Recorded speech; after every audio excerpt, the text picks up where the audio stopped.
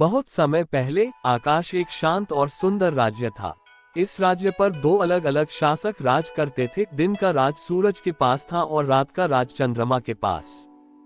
दोनों एक दूसरे को सम्मान देते थे और हमेशा अपनी अपनी सीमा में रहते थे। सूरज अपनी सुनहरी किरणों से धरती को गर्म रखता, वहीं चंद्रमा अपनी शीतल रोशनी से रातों को शांत और आरामदायक बनाता। एक दिन बादलों का एक झुंड आकाश में खेलते हुए आपस में बात कर रहा था। एक बादल ने मजाक मजाक में कह दिया कि धरती पर रहने वाले जीव सूरज को ज्यादा पसंद करते हैं क्योंकि वह जीवन के लिए जरूरी है।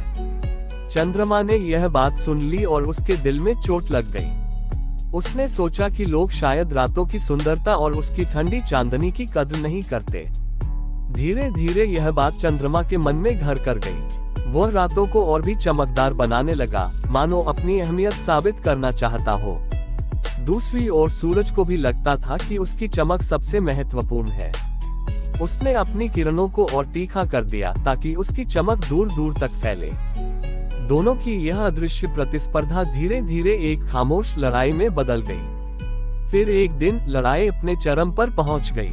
सूरज ने धरती को इतना गर्म कर दिया कि नदियां सूखने लगी और जानवर छाया ढूंढते फिरते रहे। पौधे झुलसने लगे और हवा भी गर्म सांसें लेने लगी।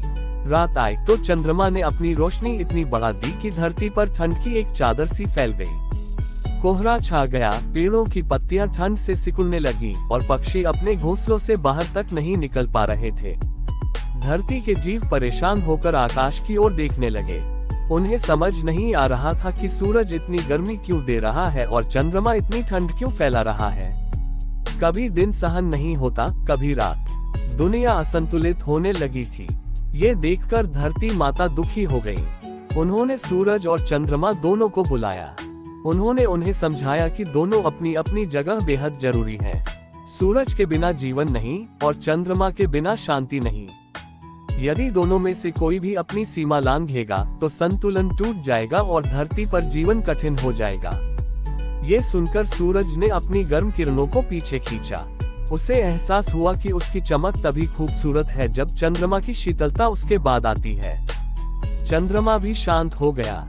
उसे लगा कि रात की सुंदरता तभी पूरी होती है जब उसकी सुबह सूरज के उजाले में खुलती है। दोनों ने एक दूसरे से क्षमा मांगी और वादा किया कि वे कभी एक दूसरे की भूमिकाओं से ईर्ष्या नहीं करेंगे। दुनिया को उनके संतुलन की जरूरत है। उस दिन से सूरज और चंद्रमा ने तय किया कि वे अपने समय पर ही आकाश में रोशनी करेंगे। एक जाएगा तो दूसरा आएगा और कभी कभी दोनों एक साथ दिखकर यह याद दिलाएंगे कि मिलकर ही दुनिया सुंदर बनती है। तभी से सुबह सुबह हल्की चांदनी और देर शाम सूरज की आखिरी लालिमा दोनों इस बात का प्रमाण है कि सूरज और चंद्रमा ने अपनी लड़ाई खत्म कर दी है और साथ मिलकर धरती का संतुलन बनाए रखते हैं। अगर वीडियो अच्छी लगी प्लीज लाइक और सब्सक्राइब करें।